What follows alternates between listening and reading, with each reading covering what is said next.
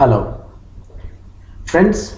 Today, as part of our Success to Happiness series, let us understand how ego can make us a failure.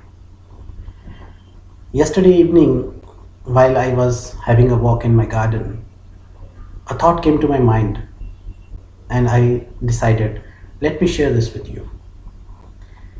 So, the thought is ego, it only makes us reactive, and when we react, it makes us do mistakes or prone to mistakes, and these mistakes, that is what they change the game for us.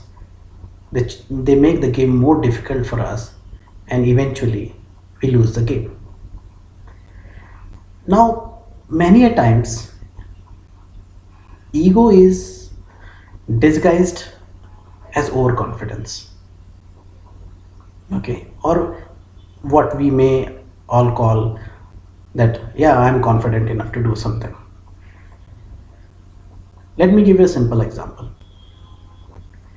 When you think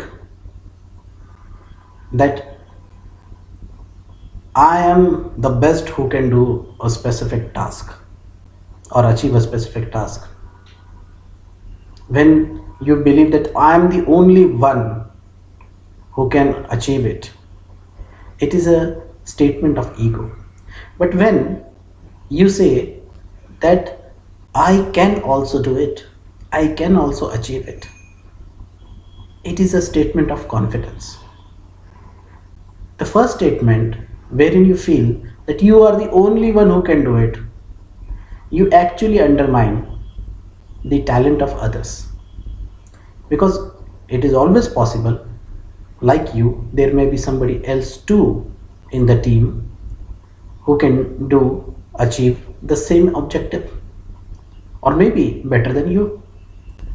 But your statement is coming from a ego point of view, or from a state of mind wherein you think that nobody else is so competent enough, so well experienced enough as you are. So you are acting only as an individual, not as a leader. A leader never undermines the capabilities, the talent of the people whom he is or she is leading. In the second statement, wherein you say that I think I can also, I am confident I can also do it, you are actually not only acknowledging that yes, others are equally good, but at the same time, you are volunteering yourself that yeah, I believe, I am confident, and I would like to have an attempt towards a specific objective. So, such a beautiful thing, such a simple thing. One is completely, negatively charged, overconfident statement, and one is completely positively charged, confident statement, which makes or breaks the situation for you. Let me give you one more example, that in ancient Indian times, you may have heard about Ramayana. What exactly happened in Ramayana? King Ravan was extremely talented. He was very much powerful. He was a very learned fellow. But somewhere he started having a feeling that nobody else is so greater and so competent, so stronger than him. And thus he lost his kingdom, he lost all his family members, he lost his own life in war with King Ram, who was just in exile with much less resources than what Ravan as a king had. So Ravan here becomes a symbol of overconfidence, a symbol of ego. And Ram here becomes a symbol of humbleness, confidence. And that is how their destinies or their actions took them to different paths. Let us understand the quote that I shared with you, the thought that I shared with you in the beginning. What exactly happens? For example, how does this ego creep into us? I believe from my personal experience that either you are so happy in a given moment that your success has delighted you to such an extent that you believe that nobody else can do what you can do. And that is how you become overconfident. And when you become overconfident and you start undermining everybody else, you think that you are supreme. And that supremeness makes you loner, it makes you overconfidence, and it makes you casual in approach.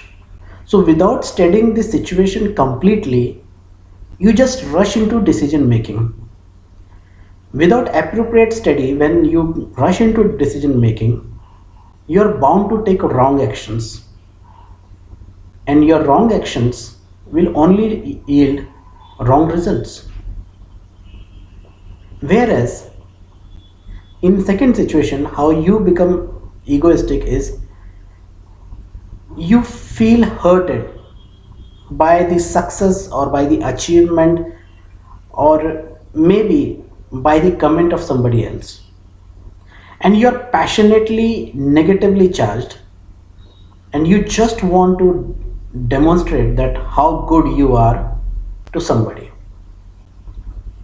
And in this rush of showing off, you you know fail to acknowledge and study a situation and take actions and decisions accordingly.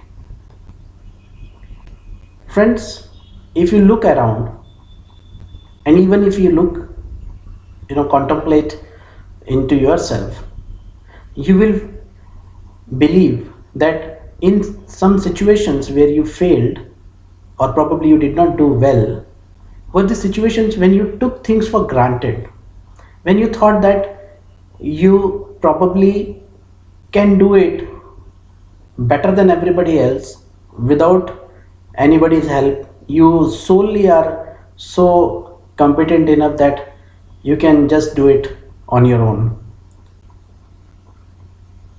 And that makes you rush into taking decisions, that makes you rush into actions, and that is how you get undesired results. Our life is full of such examples when we have experienced our ego taking over us, our mind, and mind not able to differentiate between what is good and bad for us, and eventually we committing mistakes and then regretting for it. So let me leave you with this thought to contemplate upon, that should we watch out for the ego when it comes into us, or should we be overconfident and keep regretting in life? Wish you a wonderful day ahead. Thank you.